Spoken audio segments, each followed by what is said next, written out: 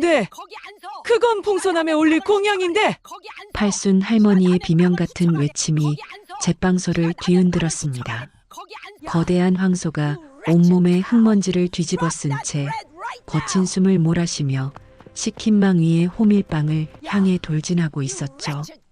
쿵, 쿵. 무거운 발굽소리가 바닥을 두드렸고 황소의 커다란 입이 빵을 덥석 물었습니다. 할머니가 지팡이를 들어 막으려 했지만 소용없었어요. 녀석의 눈빛은 광기 어린 듯 번뜩였고 동시에 어딘가 절박해 보였습니다. 도둑놈! 얘가 그 소구나! 할머니가 떨리는 손으로 문틀을 잡고 외쳤지만 황소는 이미 빵을 물고 돌아서고 있었습니다. 그 순간 녀석이 잠시 멈춰서서 할머니를 돌아봤어요. 그 눈빛에는 뭐라 형언할 수 없는 슬픔이 서려 있었죠. 대체 무엇이 이 거대한 짐승을 도둑으로 만들었을까요? 산속 암자의 공양빵을 훔쳐가는 황소의 정체는 무엇일까요? 그리고 그 슬픈 눈빛에 담긴 사연은 지금부터 그 놀라운 이야기를 들려드리겠습니다. 솔바람골 어귀에 자리한 희망 제빵소는 이른 새벽부터 고소한 빵 냄새로 가득했습니다. 박목자 할머니는 오늘도 여느 날처럼 반죽을 치대고 있었죠. 팔순을 넘긴 나이에도 할머니의 손끝은 여전히 정확하고 부드러웠습니다. 밀가루를 만지는 그 손길에는 50년 넘게 빵을 구워온 장인의 내공이 묻어났어요. 오늘은 호밀빵을 좀 더 크게 구워야겠구나. 할머니는 혼잣말을 하며 오븐 온도를 확인했습니다. 매주 수요일마다 봉선암으로 올려보내는 공양빵이었죠. 산 중턱에 홀로 자리한 작은 암자, 그곳의 주지 스님과 어린 동자승을 위한 정성이었습니다. 제빵소 창밖으로 첫 햇살이 비치기 시작했어요. 동쪽 산마루를 넘어온 햇빛이 마을을 하나씩 깨우고 있었죠.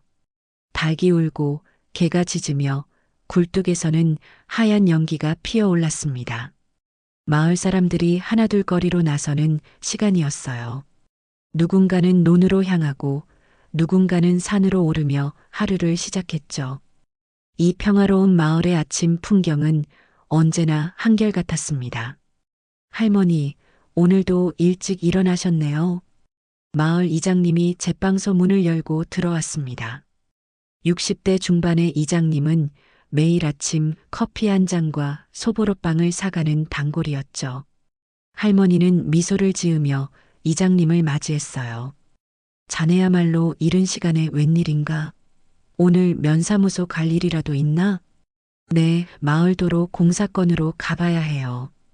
봉선암 가는 길도 좀 넓혀달라고 건의하려고요. 이장님은 김이 모락모락 나는 커피를 홀짝이며 말을 이었습니다. 그 길이 워낙 가파르고 좁아서 말이죠.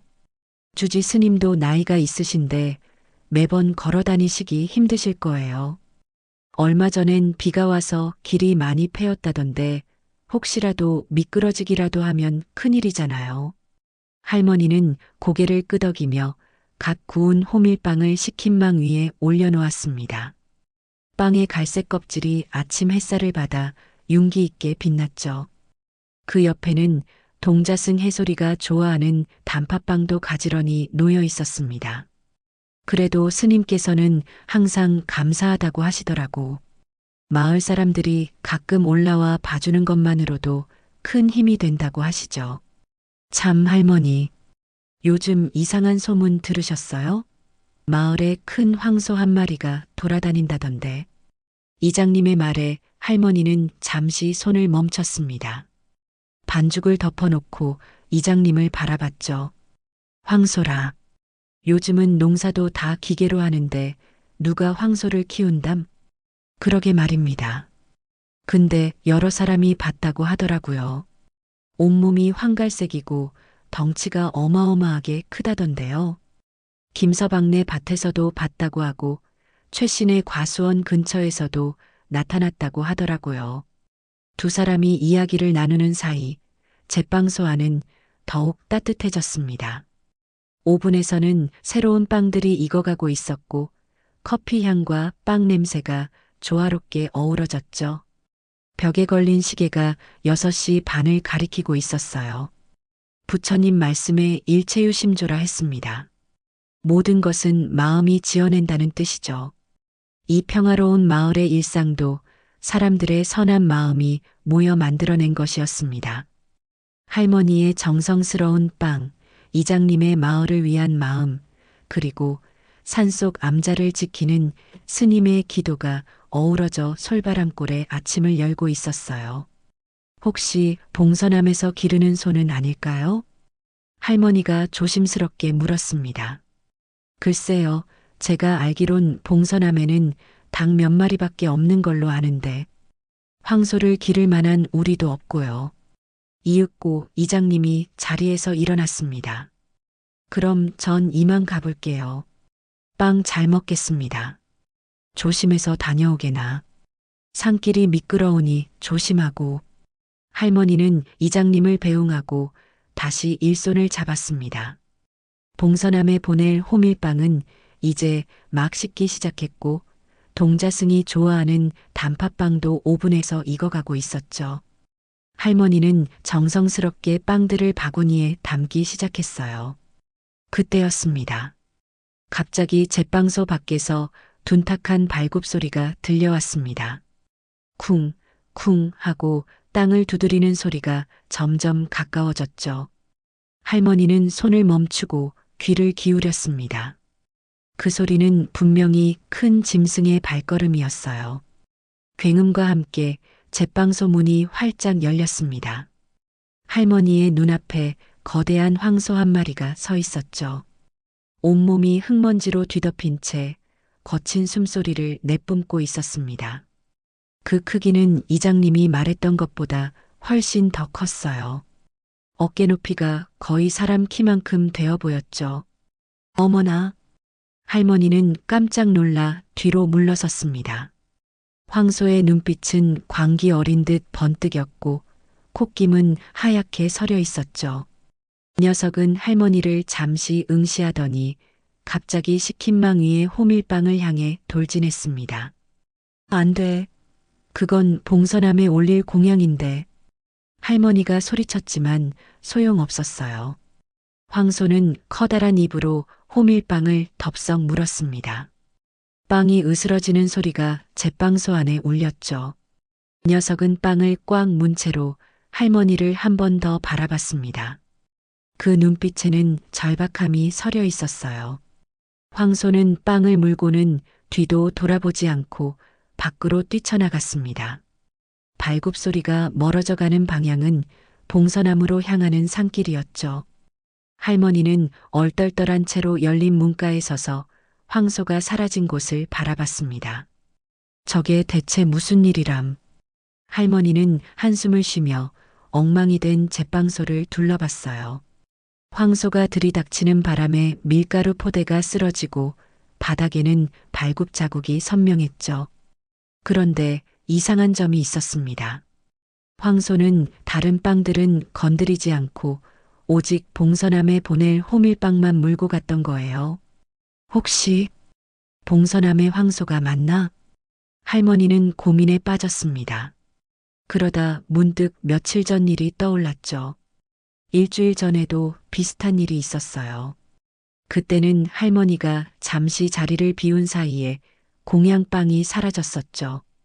당시엔 도둑이 든 줄 알았는데 이제 보니 그때도 이 황소의 짓이었던 것 같았습니다. 할머니는 지팡이를 집어들었어요. 팔순의 나이에 산길을 오르는 것은 쉬운 일이 아니었지만 이번에는 꼭 확인해야겠다는 생각이 들었죠. 저 황소가 정말 봉선암의 소라면 왜 공양빵을 훔쳐가는 걸까? 스님께서 아시는 일일까? 할머니는 서둘러 제빵소 문을 닫고 봉선암으로 향했습니다. 마을을 벗어나자 가파른 산길이 시작됐어요. 돌부리가 많고 나무뿌리가 드러난 험한 길이었죠. 평소라면 20분이면 충분한 길이었지만 지금은 한 걸음 한 걸음이 힘겨웠습니다. 산길 여기저기에는 황소의 발자국이 선명했어요. 큰 발굽이 지늘게 깊이 박힌 흔적들이 봉선암 방향으로 이어져 있었죠. 할머니는 그 흔적을 따라 천천히 산을 올랐습니다. 헉! 헉! 숨이 차올랐지만 할머니는 멈추지 않았어요. 무언가 이상한 예감이 들었거든요. 평소 같으면 산길에서 연불 소리나 목탁 소리가 들려와야 하는데 오늘은 이상하리만큼 고요했습니다. 새소리조차 들리지 않았죠. 반쯤 올라갔을 때 할머니는 잠시 숨을 고르려고 바위에 기댔습니다. 그때 저 멀리서 소의 울음소리가 희미하게 들려왔어요. 음매하고 길게 울부짖는 소리였죠. 그 소리에는 슬픔이 묻어 있었습니다. 저게 아까 그 황소구나. 할머니는 다시 걸음을 재촉했어요. 무슨 일이 일어나고 있는지 하루빨리 알고 싶었죠. 경전에 이르기를 일체 중생 시류불성이라 했습니다. 모든 중생에게는 부처의 성품이 있다는 뜻이죠. 저 황소에게도 분명 이유가 있을 거라고 할머니는 생각했습니다. 드디어 봉선암에 낡은 일주문이 보이기 시작했어요. 그런데 평소와는 분위기가 완전히 달랐습니다. 마당은 쓸쓸했고 법당문은 굳게 닫혀 있었죠. 그리고 요사체 앞에는 아까 그 황소가 서 있었습니다. 황소는 여전히 호밀빵을 입에 문 채였어요. 그리고는 앞발로 요사체 문을 조심스럽게 두드리고 있었죠. 툭, 툭 하는 소리가 적막한 암자에 울려 퍼졌습니다. 요사체 문이 천천히 열렸습니다. 문틈 사이로 작은 손이 보였고 이어서 어린아이의 얼굴이 나타났죠. 7살쯤 되어 보이는 동자승이었습니다. 아이의 이름은 해솔이었어요. 그런데 평소 보던 해솔이의 모습이 아니었습니다. 불심아, 왔구나. 해솔이의 목소리는 며칠 동안 제대로 물을 마시지 못한 듯 갈라져 있었어요. 얼굴에는 때가 잔뜩 묻어 있었고 승복은 여기저기 찢어져 있었죠. 무엇보다 아이의 눈에 서린 깊은 외로움이 할머니의 가슴을 아프게 했습니다. 황소 불심이는 조심스럽게 호밀빵을 해솔이의 발치에 내려놓았어요. 빵이 땅에 닿자마자 해솔이는 기다렸다는 듯 빵을 두 손으로 끌어안았습니다. 그 작은 손에 커다란 호밀빵은 너무나 무거워 보였죠. 불심아, 고마워. 정말 고마워. 해솔이는 빵을 끌어안은 채로 눈물을 흘렸습니다. 굶주림의 눈물인지 고마움의 눈물인지 알 수 없었어요. 아이는 떨리는 손으로 빵을 조금씩 뜯어먹기 시작했죠. 마치 며칠을 굶은 사람처럼 급하게 삼켰습니다. 할머니는 이 광경을 보며 놀라움을 감출 수 없었어요. 황소가 빵을 훔친 것이 아니라 굶주린 아이에게 가져다 준 것이었습니다. 그것도 한두 번이 아니라 계속해서 말이죠. 해솔아. 할머니가 다가가자 해솔이가 깜짝 놀라 고개를 들었어요. 그제야 할머니를 발견한 아이는 당황한 표정을 지었죠. 할머니. 제빵소 할머니. 그래, 나야. 해솔아, 도대체 무슨 일이니? 주지 스님은 어디 계시고? 해솔이는 대답 대신 불심이를 가리켰습니다. 황소는 고개를 숙인 채 슬픈 눈빛으로 해솔이를 바라보고 있었어요. 그 눈에는 인간 못지않은 연민이 서려 있었죠. 스님께서 이틀 전에. 해솔이는 말을 잇지 못하고 울먹였습니다. 할머니는 아이를 달래며 천천히 이야기를 들었어요. 그리고 충격적인 사실을 알게 되었죠. 주지 스님은 사흘 전 마을로 내려가 약재와 공양미를 구하러 가셨다고 했습니다. 그런데 이틀 전 불심이가 혼자 암자로 돌아왔대요. 스님은 없고 황소만 돌아온 것을 본 해솔이는 뭔가 잘못됐다는 것을 직감했죠. 불심이가 계속 산 아래쪽을 가리키면서 울었어요. 그래서 따라가 보려고 했는데 저는 너무 무서워서 7살 아이가 혼자 깊은 산길을 내려가기는 무리였습니다. 게다가 날이 어두워지면 더욱 위험했죠. 해솔이는 스님이 돌아오기만을 기다리며 암자에 홀로 남아 있었던 거예요. 그런데 불심이가 매일 어디론가 가더니 이런 빵을 물고 왔어요. 처음엔 나뭇가지나 풀뿌리를 물어왔는데 제가 못 먹으니까. 할머니는 이제야 모든 상황을 이해했습니다. 불심이는 주인인 스님이 다쳤다는 것을 알리려 했지만 아무도 알아듣지 못했던 거죠. 그래서 혼자 남은 해솔이를 위해 할 수 있는 일을 했던 겁니다. 먹을 것을 구해다 주는 것 말이에요. 정말 기특한 녀석이구나. 할머니는 불심이의 목을 쓰다듬었습니다. 황소는 할머니의 손길에 고개를 기댄 채 눈을 감았어요. 그리고는 굵은 눈물을 한 방울 떨어뜨렸죠. 부처님께서는 자비무적이라 하셨습니다.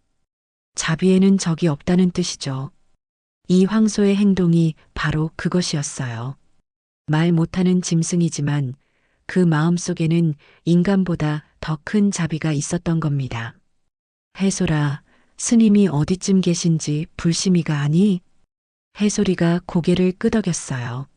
네, 불심이가 매일 같은 곳으로 가요. 아마 거기에. 할머니는 결심했습니다. 당장 마을로 내려가 사람들을 모아야 했어요. 주지 스님을 구하고 이 불쌍한 아이를 돌봐야 했죠. 하지만 그 전에 해솔이를 안심시켜야 했습니다. 해솔아, 이제 걱정하지 마.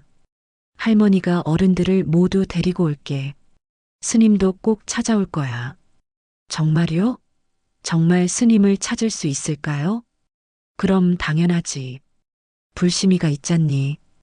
이 착한 불심이가 우리를 안내해 줄 거야. 해솔이는 그제야 희미한 미소를 지었습니다.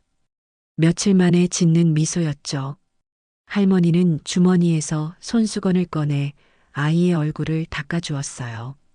그리고는 품에 있던 단팥빵도 꺼내주었죠. 자, 이것도 먹으렴. 천천히 먹어. 할머니는 해솔이를 뒤로하고 서둘러 산을 내려왔습니다. 평소보다 훨씬 빠른 걸음이었죠. 다리가 후들거렸지만 멈출 수 없었어요. 주지 스님의 생사가 걸린 일이었으니까요. 마을에 도착한 할머니는 곧장 이장님 댁으로 향했습니다. 다행히 이장님은 면사무소에서 막 돌아온 참이었어요. 이장님, 큰일 났어요. 할머니, 무슨 일이세요? 숨을 좀 고르시고. 할머니는 떨리는 목소리로 봉선암에서 있었던 일을 모두 전했습니다. 황소 불심이의 이야기, 홀로 남겨진 해솔이, 그리고 실종된 주지 스님의 소식까지요. 이장님의 얼굴이 점점 굳어졌죠. 그럼 스님이 이틀 전부터 산에서 다친 채로 계시단 말입니까? 그런 것 같아요. 불심이라는 황소만이 그 위치를 알고 있대요. 이장님은 즉시 마을 방송을 켰습니다. 주민 여러분, 긴급 상황입니다. 봉선암 주지 스님이 산에서 실종되셨습니다. 지금 당장 마을회관으로 모여주시기 바랍니다. 방송이 나가자 마을 사람들이 하나둘 모이기 시작했어요. 농사일을 하던 사람도 가게를 보던 사람도 모두 일손을 놓고 달려왔죠. 불과 30분 만에 마을 청년들과 장정들이 마을회관 앞에 모였습니다. 봉선암 스님이 다치셨다니. 혼자 계신 줄도 몰랐네. 우리가 너무 무심했어. 사람들은 저마다 자책하는 목소리를 냈어요.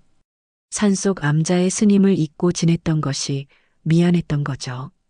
특히 젊은 청년들은 당장이라도 산으로 올라갈 채비를 했습니다. 삽하고 밧줄, 들것을 준비합시다. 그리고 응급약품도 필요할 거예요. 손전등도 챙기세요. 날이 어두워질 수도 있으니까. 마을 사람들은 일사불란하게 움직였습니다. 누가 시키지 않아도 각자 필요한 물건들을 가져왔죠. 박목자 할머니는 제빵소로 가서 따뜻한 빵과 물을 준비했어요. 아낙네들은 죽을 끓이고 담요를 챙겼습니다. 이때 누군가가 말했어요. 그런데 그 황소 이야기가 정말일까요? 소가 빵을 훔쳐서 아이한테 갖다 줬다니. 저도 봤어요. 갑자기 한 청년이 손을 들었습니다. 바로 김서방네 아들이었죠. 며칠 전에 저희 밭 근처에서 큰 황소를 봤는데 입에 뭔가를 물고 산으로 올라가더라고요. 그때는 이상하다고만 생각했는데 나도 봤네. 이번엔 최신의 과수원 주인이었어요. 우리 과수원에서 사과를 물고 가길래 도둑 소인 줄 알았지. 근데 생각해보니 한두 개만 물고 갔더라고. 배고픈 아이한테 가져다 준 거였구먼. 사람들 사이에서 탄식이 흘러나왔습니다.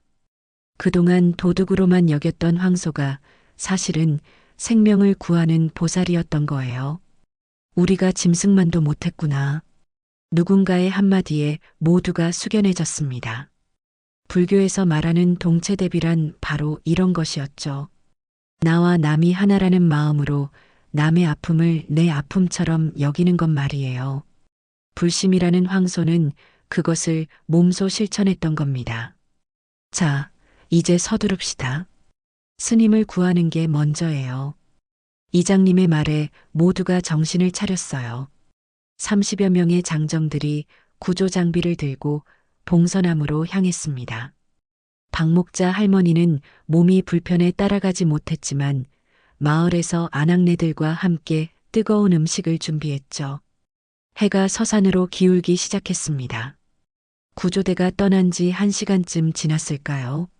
마을 사람들은 초조한 마음으로 소식을 기다렸어요.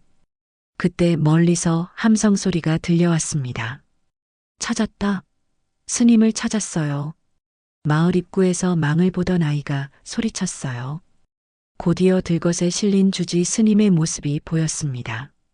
스님은 의식이 있었지만 다리를 크게 다친 듯 했어요.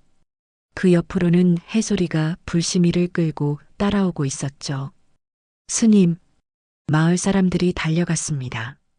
주지 스님은 미약하게 미소를 지으며 합장했어요. 감사합니다. 모두 감사합니다.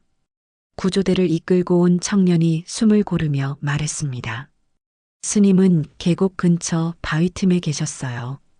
다리를 다쳐서 움직이지 못하신 채로요. 그런데 정말 신기한 게 청년은 잠시 말을 멈추고 불심이를 바라봤어요. 황소는 조용히 스님 곁을 지키고 있었죠. 불심이가 우리를 정확히 그곳으로 안내했습니다. 마치 그 길을 수십 번은 왕복한 것처럼 말이에요. 그리고 스님 주변에는 산딸기하고 약초들이 잔뜩 놓여 있었는데 다 불심이가 물어다 놓은 거래요. 사람들은 다시 한번 놀라움을 금치 못했습니다. 단순히 빵만 가져다 준 게 아니라 다친 주인을 위해 할 수 있는 모든 것을 했던 거예요. 주지 스님은 들것에 누운 채로 힘겹게 말했습니다. 불심이가 매일 찾아왔어요. 물도 가져다 주고 풀도 뜯어다 주고 그 녀석 덕분에 버틸 수 있었습니다. 스님의 눈에 눈물이 고였어요. 말 못하는 짐승의 지극한 정성에 감동한 거죠. 마을 의원인 정 선생이 스님의 상태를 살폈습니다. 다리 골절이 심하긴 하지만 다행히 생명에는 지장이 없으세요. 하지만 빨리 큰 병원으로 가셔야 합니다. 해소리는 괜찮은가요? 스님의 첫 걱정은 자신이 아닌 동자승이었어요. 해소리가 스님의 손을 꼭 잡으며 울먹였죠. 저는 괜찮아요, 스님. 불심이가 매일 먹을 걸 가져다 줬어요. 그리고 제빵소 할머니가 오셔서 박목자 할머니가 다가와 스님의 손을 잡았습니다.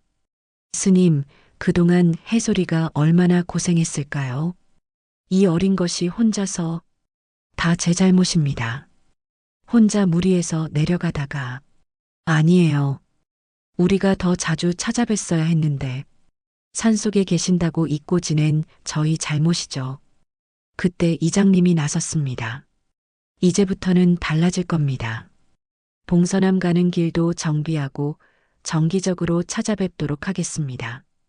그리고 이장님은 불심이를 가리켰어요. 이 특별한 소를 마을에서 함께 돌보면 어떨까요? 이런 영물은 우리 모두의 보물 아니겠습니까?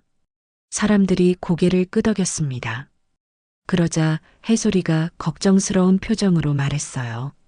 하지만 불심이는 봉선암을 떠나지 않을 거예요. 불심이는 암자가 집이니까요. 그럼 우리가 봉선암을 더 자주 찾아가면 되지. 한 아주머니가 말했습니다. 맞아요. 공양미도 가져다 드리고 반찬도 해다 드리고 그동안 너무 소홀했잖아요. 주지 스님이 미소를 지었어요. 아픔 속에서도 따뜻한 미소였죠. 감사합니다. 정말 감사합니다. 부처님께서 말씀하신 상구보리 하와 중생, 이 바로 이런 것이겠지요. 깨달음을 구하고 중생을 교화한다는 것이 오히려 불심이가 우리 모두를 가르친 것 같습니다. 해가 완전히 저물었습니다. 마을 사람들은 횃불을 들고 스님을 마을 회관으로 모셨어요. 그곳에는 이미 따뜻한 음식과 이불이 준비되어 있었죠. 응급처치를 마친 스님은 내일 아침 일찍 큰 병원으로 가기로 했습니다. 해솔이는 오늘 밤은 박목자 할머니 댁에서 지내기로 했어요. 며칠 만에 따뜻한 방에서 잘 수 있게 된 거죠. 할머니, 불심이는요? 잠자리에 들기 전 해솔이가 물었습니다. 불심이는 스님 곁에 있단다. 내일 스님이 병원 가실 때까지 지킬 거야. 불심이 정말 착하죠? 그럼 세상에서 가장 착한 소야. 너를 지켜준 수호천사 같은 소지. 해솔이는 안심한 듯 눈을 감았어요. 그 작은 얼굴에 평화로운 표정이 번졌죠. 밖에서는 불심이의 낮은 울음소리가 들렸습니다. 음매하는 그 소리가 오늘따라 유독 평온하게 들렸어요. 마치 모든 일이 잘 해결되었다고, 이제 안심해도 된다고 말하는 것 같았죠. 다음 날 아침 마을은 분주하게 움직였습니다. 주지 스님을 큰 병원으로 모시기 위한 준비가 한창이었죠. 그런데 뜻밖의 문제가 생겼어요. 불심이가 스님 곁을 떠나지 않으려 했던 겁니다. 불심아, 스님은 병원에 가셔야 해. 거기서는 내가 들어갈 수 없단다. 이장님이 달래도 소용없었어요. 불심이는 완강하게 버티며 스님이 누운 들건 옆을 지켰죠. 그 모습을 본 주지 스님이 힘겹게 불심이의 목을 쓰다듬었습니다. 불심아, 나는 곧 돌아올 거야. 해솔이를 부탁한다. 스님의 말에 불심이는 고개를 들어 스님을 바라봤어요. 그 눈빛에는 깊은 이해와 걱정이 담겨 있었죠. 한참을 그렇게 서로를 바라보다가 불심이는 천천히 뒤로 물러섰습니다. 마치 알아들은 것처럼요. 구급차가 떠나고 마을은 다시 평온을 되찾았습니다. 하지만 사람들의 마음속에는 큰 변화가 일어나고 있었어요. 며칠 사이에 일어난 일들이 모두에게 깊은 깨달음을 준 거죠. 박목자 할머니는 제빵소로 돌아와 평소보다 더 많은 빵을 구웠습니다. 봉선암뿐만 아니라 마을의 어려운 이웃들에게도 나눠주기 위해서였어요. 할머니, 오늘은 빵이 참 많네요? 단골 손님이 물었습니다. 그동안 너무 내 것만 챙겼나 싶어서요. 불심이를 보니까 부끄러워지더라고요. 말 못하는 짐승도 저렇게 남을 돌보는데 말이죠. 그 말에 손님도 고개를 끄덕였어요. 맞아요. 저도 요즘 그 생각을 많이 해요. 우리가 너무 각자 살기 바빠서 이웃을 잊고 살았던 것 같아요. 한편 해솔이는 할머니를 도와 빵 배달을 다녔습니다. 작은 손에 빵 바구니를 들고 마을 곳곳을 누비는 아이의 모습이 마을 사람들의 마음을 따뜻하게 했죠. 해솔아, 힘들지 않니? 아니에요. 불심이가 저한테 해준 것처럼 저도 다른 사람들을 도와주고 싶어요. 그날 오후 놀라운 일이 벌어졌습니다. 불심이가 마을로 내려온 거예요. 그것도 등에 무언가를 지고서 말이죠. 가까이 가서 보니 산에서 캔 약초들이었습니다. 어머, 이게 무슨 일이야? 마을 사람들이 모여들었어요. 불시민은 약초 꾸러미를 마을회관 앞에 내려놓고는 다시 산으로 올라갔습니다. 그리고 1시간쯤 뒤에 또 다른 약초를 지고 내려왔죠. 저 녀석이 우리 보고 이걸 팔아서 스님 병원비에 보태라는 거 아닐까? 누군가의 말에 모두가 놀랐습니다. 정말 그럴 수도 있었어요. 불심이가 캐온 약초들은 모두 값진 것들이었거든요. 마을 약초꾼인 윤 씨가 약초를 살펴보며 감탄했습니다. 이건 정말 귀한 약초들이네요. 산삼은 아니지만 오래된 더덕이며 산도라지며 아무 데서나 찾을 수 있는 게 아니에요. 불심이가 이런 것들을 어떻게 알고 짐승들은 본능적으로 약초를 구별한다고 들었어요. 아마 스님이 평소에 약초 캐는 걸 보고 배웠나 봅니다. 그날부터 불시민은 하루에 2~3번씩 약초를 캐다 날랐어요. 마을 사람들은 그 약초들을 모아 장에 내다 팔았고 그 돈은 고스란히 스님의 치료비로 보태졌습니다. 무제칠시라는 불교 용어가 있습니다. 재물 없이도 베풀 수 있는 7가지 보시를 뜻하죠. 불시민은 자신이 가진 것이 없어도 산의 약초를 케어 보시를 행했던 겁니다. 며칠이 지나자 불시미의 이야기는 이웃 마을까지 퍼져나갔어요. 사람들이 구경을 오기도 했지만 불시미는 묵묵히 자신의 일을 할 뿐이었습니다. 참 신기한 일이야. 소가 사람보다 더 사람 같네. 그러게 말이야. 우리도 본받아야 해. 저녁 무렵 불시미는 항상 봉선암으로 돌아갔습니다. 비록 스님은 안 계시지만 암자를 지키는 것이 자신의 소임이라고 생각하는 듯 했어요. 해솔이도 이제는 할머니 댁과 봉선암을 오가며 생활했죠. 불심아, 오늘도 고생했어. 해솔이가 불심이의 목을 쓰다듬으면 불심이는 코로 해솔이를 살살 밀며 애정을 표현했습니다. 그 모습이 마치 형제 같았어요. 일주일이 지난 어느 날 마을에 반가운 소식이 전해졌습니다. 주지 스님의 수술이 성공적으로 끝났고 곧 퇴원할 수 있다는 거예요. 해솔이는 그 소식을 듣자마자 봉선암으로 달려가 불심이에게 알렸죠.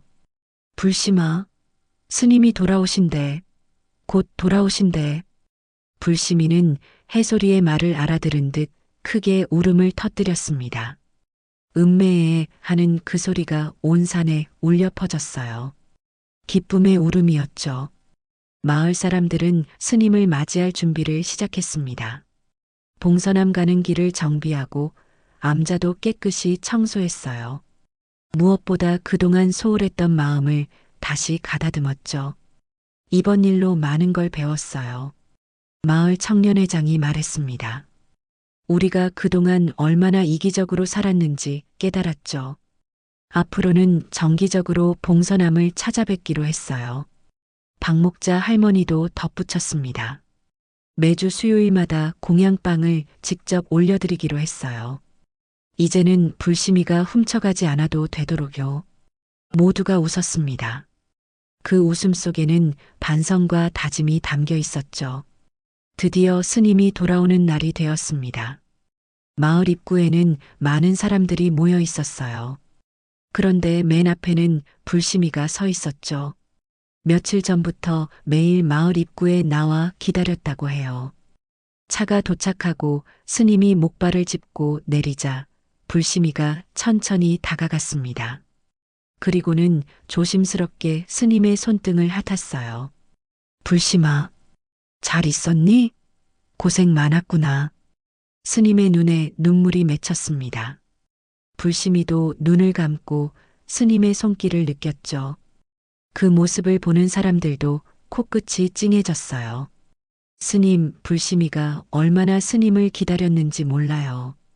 매일 약초를 캐다가 병원비도 마련했고요. 해솔이가 자랑스럽게 말했습니다. 정말이니?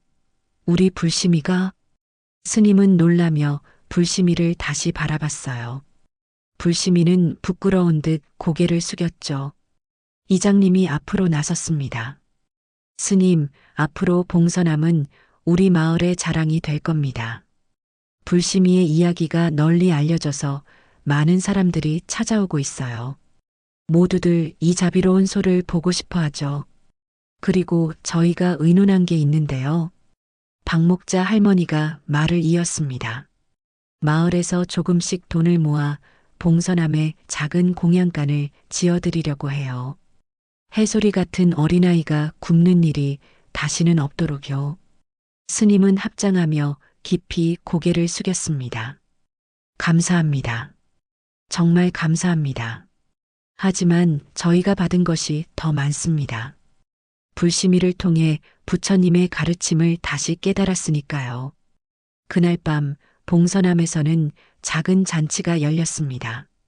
마을 사람들이 가져온 음식을 나눠 먹으며 이야기꽃을 피웠죠. 불심이도 특별히 준비한 여물을 맛있게 먹었어요. 앞으로 불심이를 봉선함의 수호보살이라고 부르면 어떨까요? 누군가의 제안에 모두가 찬성했습니다. 부처님께서는 중생제도를 말씀하셨습니다. 모든 중생을 건져 깨달음에 이르게 한다는 뜻이죠. 불심이는 비록 짐승의 몸이지만 자신의 행동으로 많은 사람들을 감화시켰어요. 어쩌면 그것이 진정한 중생제도가 아닐까요? 달빛이 봉선함을 비추는 가운데 법당에서는 저녁 예불이 시작되었습니다. 스님의 목탁 소리에 맞춰 연불 소리가 울려 퍼졌죠. 그 소리를 들으며 불심이는 마당 한 구석에 편안히 누워 있었어요. 해소리가 곁에서 불심이의 등을 쓰다듬고 있었고요. 평화로운 밤이었습니다. 하지만 그 평화는 예전과는 달랐어요. 서로를 돌보는 마음, 함께하는 기쁨이 더해진 더 깊고 따뜻한 평화였죠.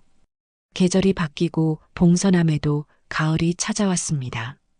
단풍이 울긋불긋 산을 물들이고 아침 저녁으로는 서늘한 바람이 불었죠. 스님의 다리도 완전히 나아서 이제는 목발 없이도 걸을 수 있게 되었어요. 어느 날 아침 전국 방송국에서 취재진이 찾아왔습니다. 불심이의 이야기가 입소문을 타고 널리 퍼진 거예요. 정말 놀라운 이야기입니다. 황소가 주인을 구하고 아이를 돌봤다니요. 기자가 감탄하며 카메라를 설치했습니다. 불심이는 낯선 사람들에게도 온순하게 대했어요. 마치 자신의 이야기가 세상에 알려지는 것을 기뻐하는 것 같았죠. 주지 스님은 담담하게 그날의 이야기를 들려주었습니다. 불심이가 없었다면 저도 해솔이도 어떻게 되었을지 모릅니다. 이 아이는 단순한 짐승이 아니에요. 부처님의 마음을 가진 보살입니다.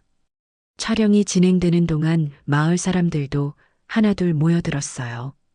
박목자 할머니는 자신의 제빵소에서 있었던 일을 생생하게 증언했죠. 처음엔 도둑소인 줄 알고 얼마나 화가 났는지 몰라요. 그런데 알고 보니 굶주린 아이를 위해서였다니. 지금도 그때 생각을 하면 눈물이 나요. 방송이 나간 후 봉선함은 전국적으로 유명해졌습니다. 많은 사람들이 불심이를 보러 왔고 암자에는 공양미와 후원금이 쏟아졌죠. 하지만 스님은 그것들을 모두 어려운 이웃들에게 나눠주었어요. 우리가 받은 사랑을 다시 나누는 것이 불심이의 가르침을 실천하는 일입니다. 해솔이도 이제는 훨씬 밝아졌습니다. 마을 학교에도 다니기 시작했고 친구들도 많이 생겼어요. 하지만 여전히 가장 좋아하는 시간은 불심이와 함께하는 때였죠. 불심이 형? 해솔이는 불심이를 형이라고 불렀어요. 그럴 때마다 불심이는 꼬리를 살랑살랑 흔들며 대답했죠. 어느 날 마을에서는 불심이의 날을 만들어 매년 기념하기로 했습니다. 그날은 마을 사람들이 모두 모여 어려운 이웃을 돕고 서로를 돌보는 마음을 되새기는 날이 되었어요. 첫 번째 불심이의 날에는 특별한 행사가 있었습니다. 마을 입구에 불심이의 공덕비를 세운 거예요. 비석에는 이렇게 적혀 있었죠. 자비의 황소 불심, 말 못하는 짐승이었으나 그 마음은 부처와 같았으니 주인을 구하고 어린 생명을 살렸도다. 이에 그 공덕을 기려 모든 이의 귀감으로 삼는다. 공덕비 제막식에는 수백 명이 모였습니다. 불시민은 조금 당황한 듯 했지만 사람들의 박수를 받으며 의젓하게 서 있었어요. 박목자 할머니는 이제 매주 2번씩 봉선함에 빵을 올립니다. 수요일에는 스님과 해소리를 위한 빵을, 토요일에는 불심이를 위한 특별한 빵을 구워서요. 불심이는 이제 더 이상 빵을 훔치지 않아도 됩니다. 하지만 할머니는 가끔 일부러 빵을 마당에 놓아둔답니다. 불심이가 옛날처럼 물고 가는 모습을 보고 싶어서요. 세월이 흘러도 솔바람골 사람들은 불심이의 이야기를 잊지 않을 겁니다. 그리고 힘든 일이 있을 때마다 서로를 돌보며 함께 극복해 나갈 거예요. 불심이가 가르쳐 준 것처럼 말이죠. 저녁 예불 시간, 봉선함에는 평화로운 종소리가 울려 퍼졌습니다. 스님과 해소리, 그리고 몇몇 마을 사람들이 함께 예불을 드렸어요. 법당 밖에서는 불심이가 조용히 엎드려 있었죠. 마치 함께 기도하는 것처럼요. 자비이사의 마음으로 살아가리라. 스님의 연불소리가 산사에 메아리 쳤습니다. 그것은 불심이가 몸소 보여준 가르침이었고, 이제는 모든 사람들의 마음속에 새겨진 다짐이었어요.